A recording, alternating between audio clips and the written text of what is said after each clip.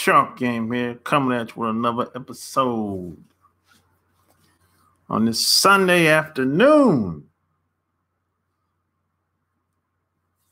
from ChooseYourRelationships.com.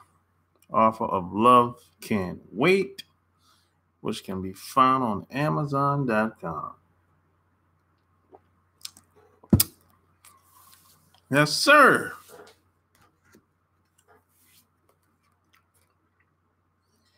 Yeah.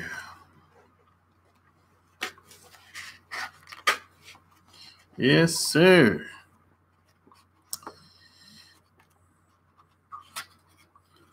What up, John? What up?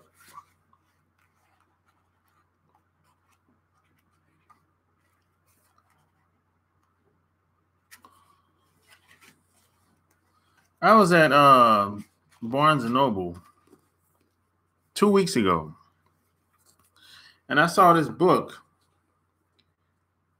that talk about a lot of stuff that I wrote about in one of my previous books. And I thought it was interesting. I never even heard of this book before. The name of it is The $1 Million Secret Hidden in Your Mind. Here it is. I found this at Barnes & Noble by Anthony Norvell. I've never seen this book ever in my life. And I was just basically just walking around, really. I wasn't doing anything. I wasn't looking for any particular book at all. But what I found interesting, man, is they have there's a lot of stuff that I read I actually do. I actually practice a lot of stuff that they talk about in this video. Like, number one, it says, treat coworkers and subordinates as equals, not as inferiors. I do that already because I don't treat people like, I don't show favoritism. I mean, I treat the janitor the same way as I treat the executive. Like when I used to work at Bank of America.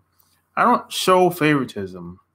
I mean, I don't treat anybody different because they have more money or they have less money, or I just don't do that.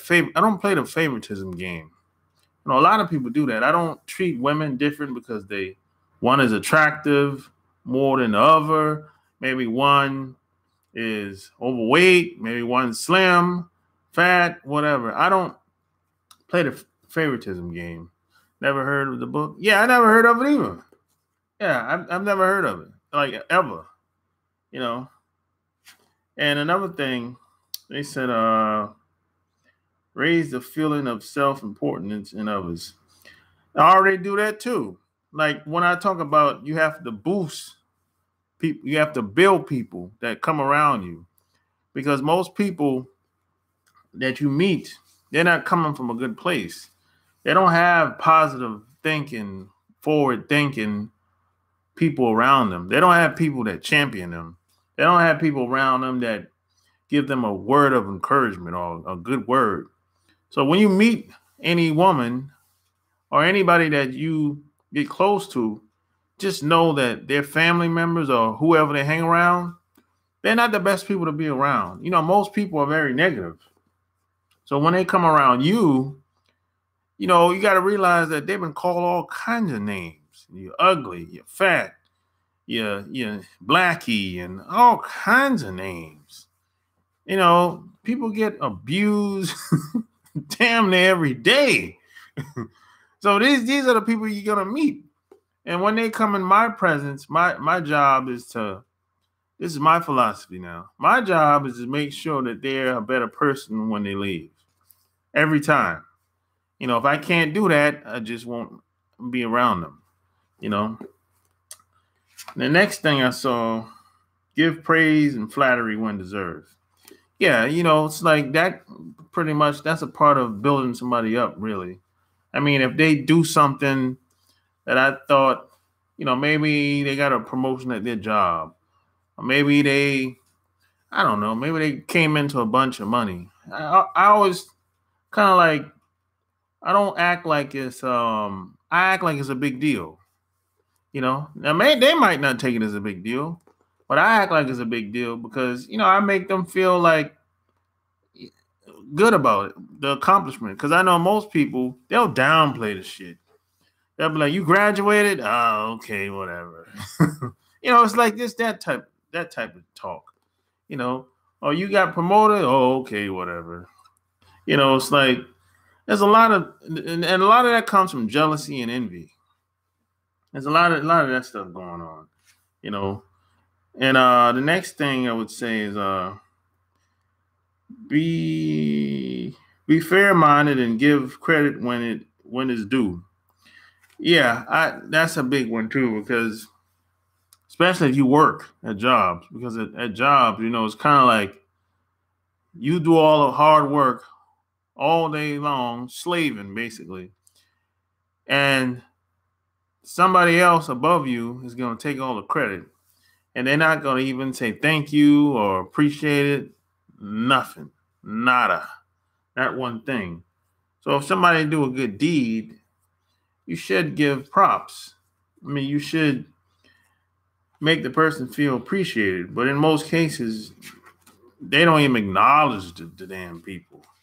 They act like they didn't do shit, which is pretty common on a lot of these jobs today. They act like you don't deserve a raise, you don't deserve to get promoted, and a lot of this is based on double standards and favoritism and all that good stuff. So I just never thought that was a good idea. You know, but some of this is based on um people's culture and their beliefs and their values. So some of this stuff that I'm saying is based on people's culture, their values, and their beliefs. Because if you live someplace like Japan, a lot of this, what I'm gonna say in this video, they're not trying to hear this shit. you know, or if you're a white person or you're a Caucasian person, they're not necessarily trying to hear this shit either because they believe in dominating. They dominate your ass. So it's like, I'm not saying all, but the large majority, you know. Next, it said, avoid openly criticizing others. Point out what is wrong quietly and when the person is alone. Yeah, exactly. I mean, like when you openly criticize somebody in front of people, that's very embarrassing. And I think that's kind of unnecessary.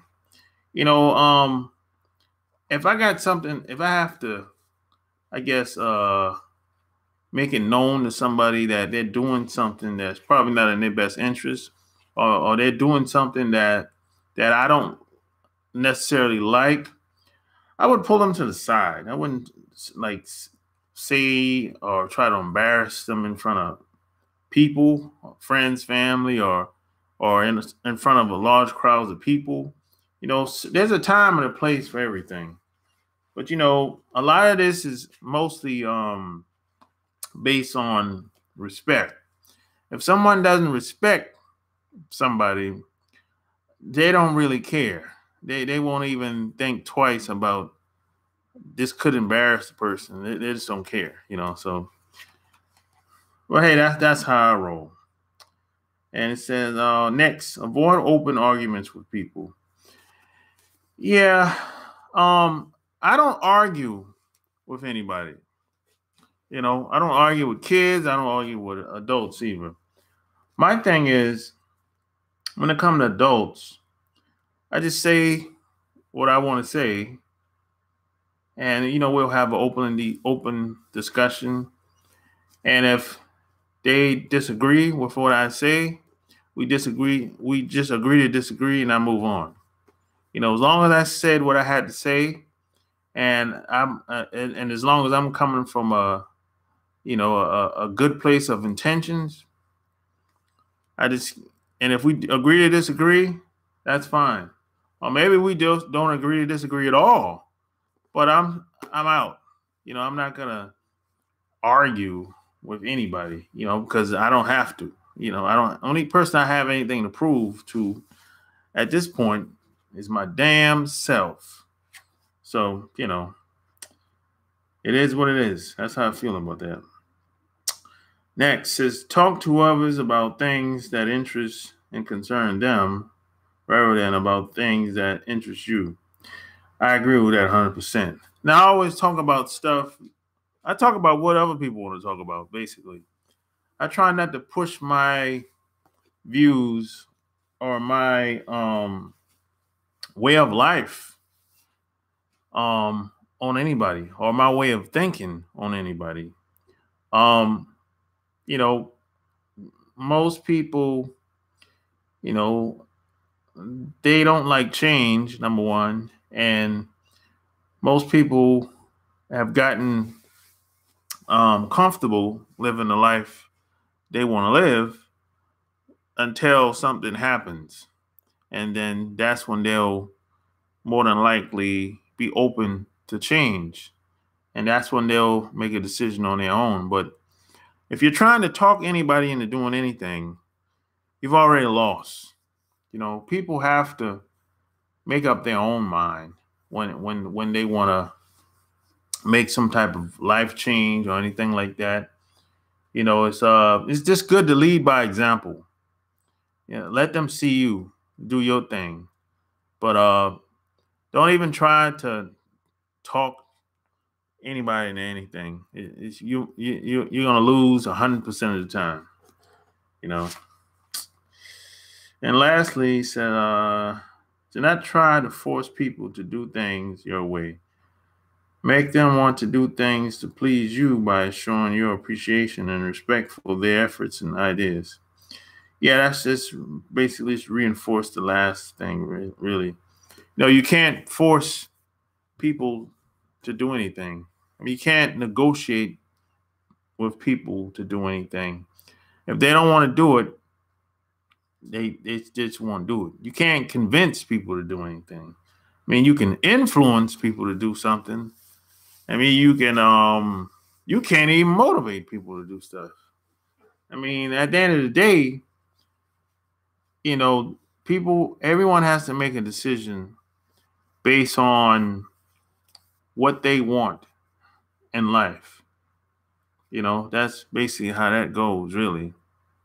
But if you're trying to convince people or negotiate with people to do things, you've already lost. You're going to lose 100% of the time. No holds barred. So, hey, if you like this video, give me a thumbs up.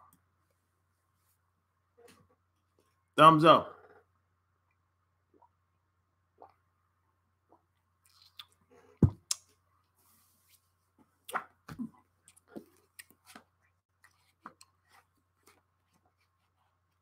Give me a thumbs up. And go check out this book. It's at Barnes & Noble. When I first saw the cover, I thought it was like the Think and Grow Rich book. But it's not. Just added it to my list. Yeah, go get it, John. It's really a good book, man. I was kind of surprised because I never heard of this guy before. Let's see. The guy said he passed away in 1990. He lived 1908 to 1990. He was a popular writer and lecturer on occult and eccentric topics, particularly the use of visualization to bend reality will. He had a gift for making arcane ideas into workable, practical, and accessible methods. For many years, Novell lectured weekly at New York's Carnegie Hall.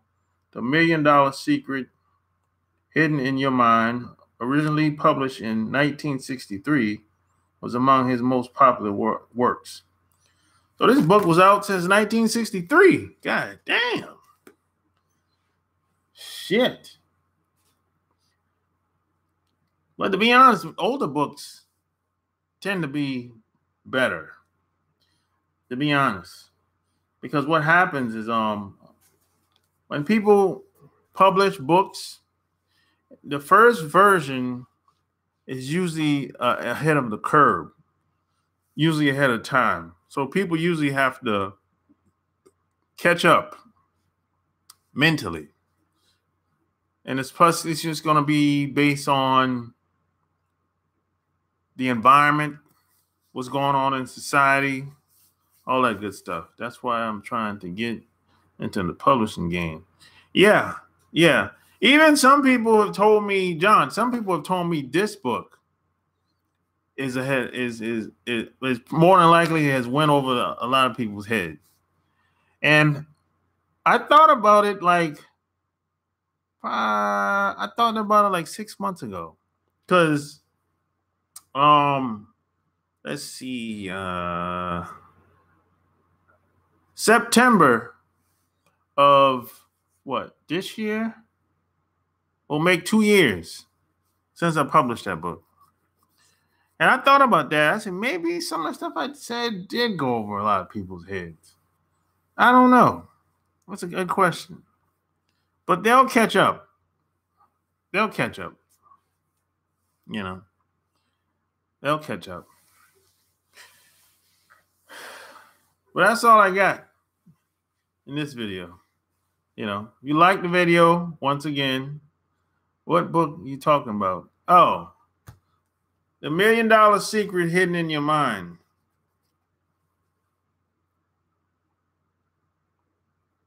It's on go to Barnes & Noble. If you don't see it in the store, you probably got to go to the website itself, barnesandnoble.com. Ernest Kwame. Yeah. You know? Go check it out, Ernest.